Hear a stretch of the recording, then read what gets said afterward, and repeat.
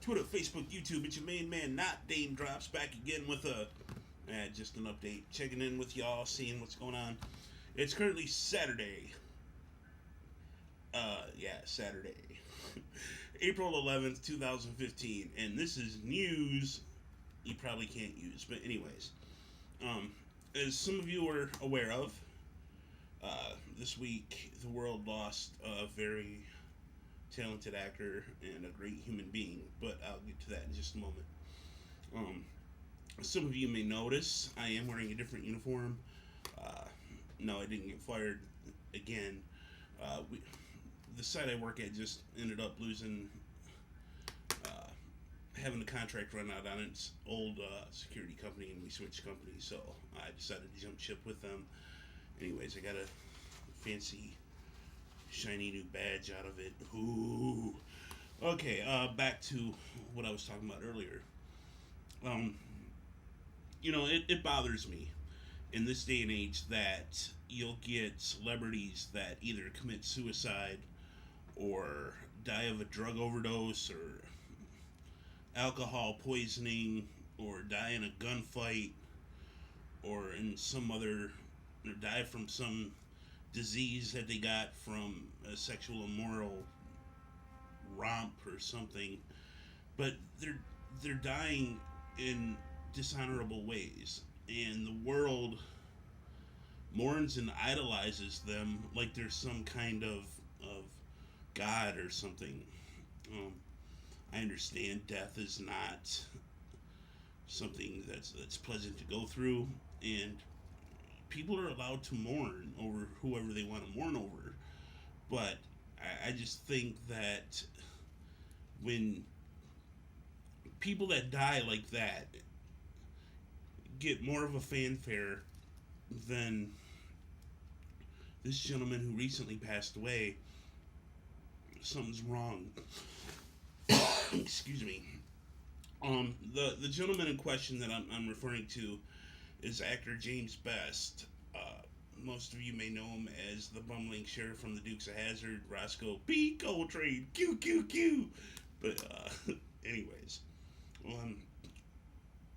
Old James Best was born July 26th on my birthday. Yep, that's right. Rosco and I share the same birthday. 1926. And he was born an orphan. He was given up along with his brother. He lived in an orphanage early on in his life, and he was adopted by Mr. and Mrs. Best, who raised him as his own. And James went on to serve our country in the armed forces as a young man, and then eventually became an actor who appeared in is credited with well over 600 television appearances. On top of the movies he's been in, you may have seen him in The Twilight Zone as the guitarist Jim. His last name escapes me now. But on the Andy Griffith Show, he jammed with Andy Griffith. Countless movies. He has even trained such actors as Burt Reynolds and a few others back when he was having his own acting school. So the man is obviously an extremely talented actor. On top of that, I don't know if you've seen his paintings or not, but check him out. I think it's jamesbest.com. You can see some of his artwork, or on Facebook, go to his Facebook page, and you can see several things that he's painted. An extraordinary artist. As a matter of fact, I want to get some of his artwork, not only because I'm a fan, but because he's painted a lot of Dukes of Hazzard related stuff, obviously. But great artist. And on top of that, he was just a wonderful, wonderful human being, a great humanitarian who cared deeply for people. I've been doing a lot of research and watching a lot of YouTube videos on him lately, and everywhere he went, he brought happiness. I don't know if you know this or not, but he even based his character, Rosco P. Coltrane, off of just what he did with his young children. He said he would chase his kids around the house going, "I'm gonna get you, goo, goo, goo." You know, it made him laugh, and he purposely incorporated that into his Rosco character because he wanted children to laugh. Uh, he even mentioned something in the first couple of shows that were filmed for the Dukes of Hazzard that he felt that it should be more family oriented, and because of what he said, it eventually did become that. And because of that, it became one of the highest rated TV shows of all time for 7 years, from 79 to 85.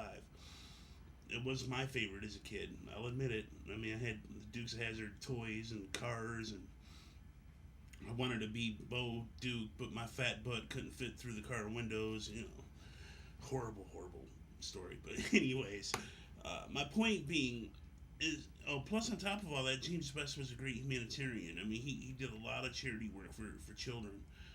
But when he passed away, except for his fans and his basic fan group or fan base, not a whole lot of people thought it was a big deal, and I find that disturbing, because here you got a man who served his country,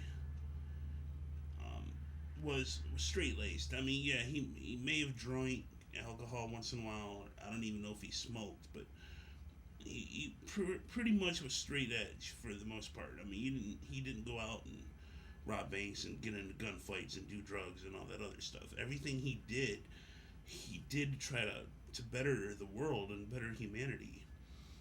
And I just can't stress enough how great of a man he was.